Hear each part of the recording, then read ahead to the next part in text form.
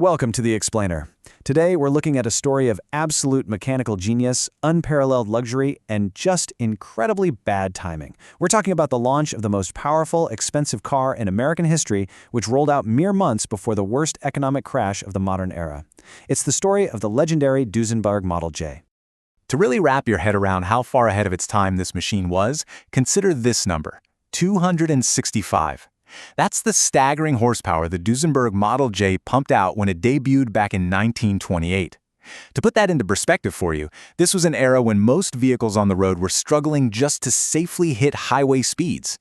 Seriously, it would take another 30 years, 3 whole decades, for cars like the famous E-Type Jaguar to squeeze that same amount of horsepower from a production engine. Just wild. Section 1. The Quest for Perfection. Let's dig into where the brilliant minds behind this car actually came from. You see, the Duesenberg name was practically forged on the racetrack. Fred and August Duesenberg were these self-taught engineering geniuses who came to the US from Germany as kids. Fred was already building his first racing car way back in 1903. Fast forward to 1921, and a Duesenberg actually became the first and only American car to win the French Grand Prix.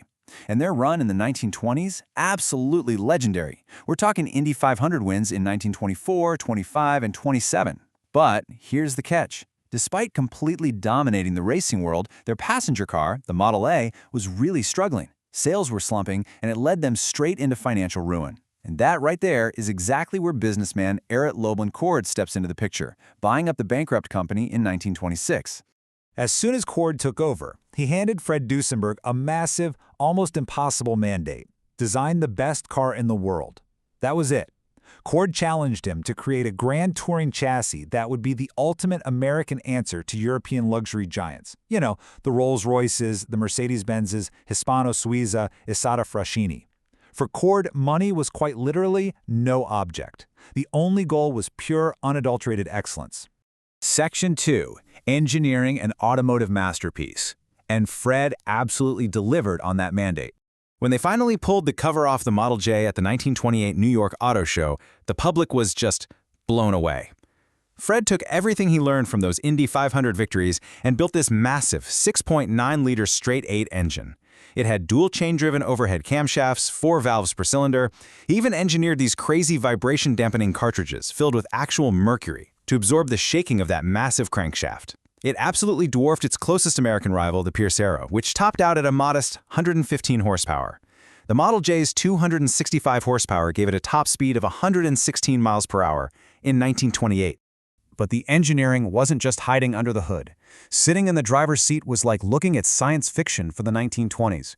The dashboard had these aircraft-style gauges, like an altimeter and a barometer, a stopwatch chronometer, and even a brake pressure gauge. It also had automated service reminder lights. Think about that. A light to warn you to check the battery water, and another that popped on every 750 miles to tell you it was time for an oil change. Oh, and it had a knob right on the dash that lets you physically adjust the hydraulic braking assist for dry roads, rain, snow, or ice. Just brilliant. Now here's a really fascinating part of the story. If you bought a Duesenberg, you didn't just pick out a color and drive a finished car off the lot. Nope. Duesenberg mostly just sold you the chassis, a massive 2,000-pound rolling chassis. And the price tag for just that bare-bones setup? $8,500.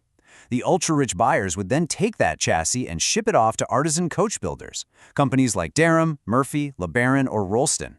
These craftsmen would build completely custom, bespoke bodies and interiors exactly to the owner's wild tastes, while Duesenberg's chief designer, Gordon Burig, made sure they kept standardized elements like that iconic radiator, the bumpers, and the hood. Section 3. Bad timing and the Great Depression, because the absolute pinnacle of automotive luxury was about to crash head-on into a devastating economic reality. Literally, right as the car hit the market in late 1928, the stock market crashed. By 1930, the financial reality in America was incredibly grim. Remember that $8,500 bare chassis? Well, the estimated total cost for a fully bodied Model J was around $14,000. To put that into perspective for you, the average yearly income in America at the time was just over $1,300. So yeah, this car was astronomically unattainable for almost everyone on the planet. Because of that devastating economic crash, E.L. Cord's original vision hit a massive brick wall. They had this super ambitious goal of pumping out 500 cars every single year. But the reality? Only 481 units of the Model J and all its variants combined were ever completed over its entire production run. That includes the supercharged SJ variant they rolled out in 1932, which, by the way, pushed the horsepower up to an insane 320. But even with that absolute marvel of engineering, a car simply couldn't outrun a globally depressed economy. Section 4. Hollywood Stars and Royalty.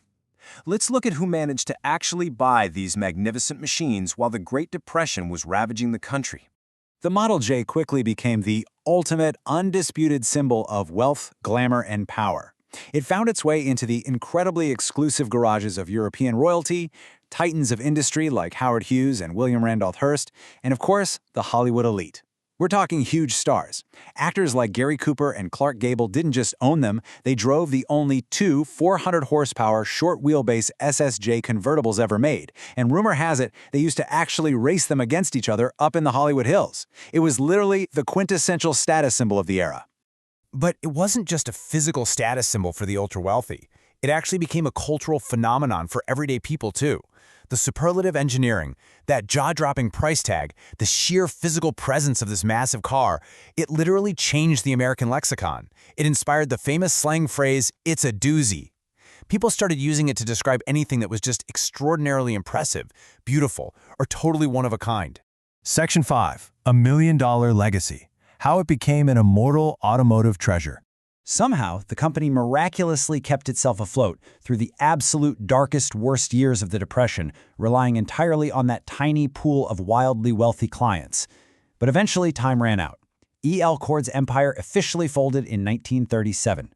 And just like that, Duesenberg production ended forever, closing the book on the era of America's greatest coach-built automobile.